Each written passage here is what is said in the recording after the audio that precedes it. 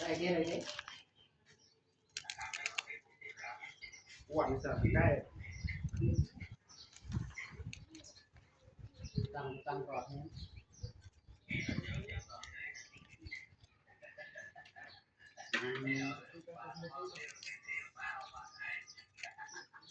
nên mình ô thế thì mình sẽ làm cái gì này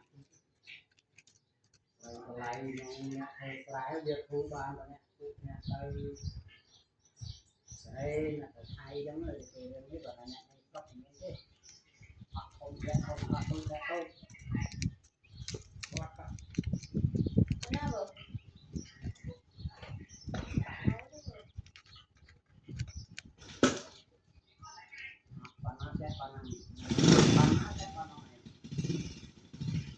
Yes,